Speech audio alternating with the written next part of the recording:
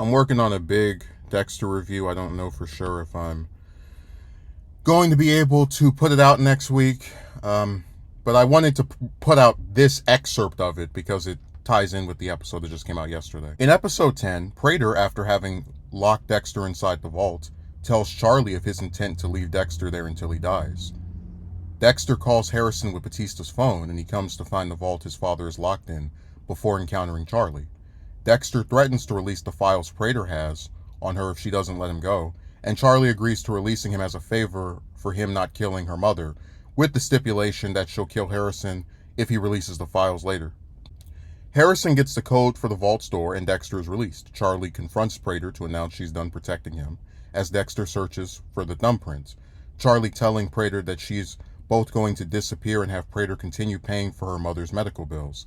Dexter finds the thumbprint on Batista's corpse. Prater locates Harrison and holds him at gunpoint as the two return to his vault, the latter calling Dexter, who offers his life to Prater in exchange for his son, before Prater declines to leave a witness. Harrison hits Prater with the tranquilizer, and Dexter orders him away. Prater begs for his life, even offering to pay for Harrison's college, but Dexter refuses and kills him before he activates the alarm. The officers come into the vault and find Batista's body, deducing that Prater killed him and took off. Dexter sails away with Prater's body. This episode was leaked online in Russian right around when the previous one came out, and normally I wouldn't want to watch something in a language I don't understand, but because I just wanted to be done with this show, I watched it before waiting for the English release the following week. I still was going to watch it again in English just so I could know what was going on.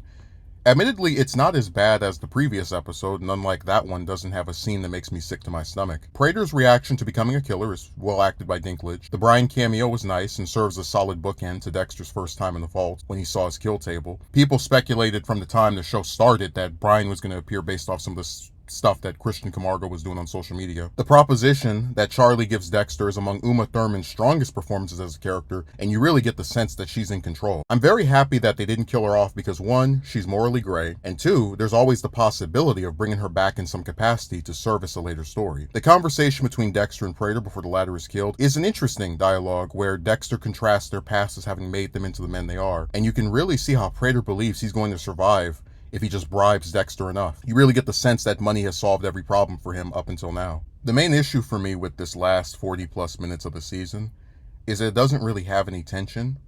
There's the whole sequence of getting the correct password for the door and all those guns being pointed, sure. But does anyone really believe that after 10 seasons, Dexter is going to either die in the vault or be discovered as a serial killer by the public at large? Does anyone really believe that Harrison is going to either get shot by Charlie or by Prater when he uses him as bait? Notice the complete absence of any of the supporting cast and how this episode's protagonists are just the Morgans and the police officer duo of Wallace and Oliva, and it really shows you how almost anything having to do with other characters this season was a waste of time, as they don't factor into this story, the final one of the season, at all. I think it would have been tension-inducing to have Prater or Charlie hold either Blessing, Elsa, or Gigi hostage to extract things of Dexter or Harrison, and then see either or both of that duo have to explain away why this person they're close with had a gun pointed to their face. Holding one of those three hostages at least gives Prater or Charlie a target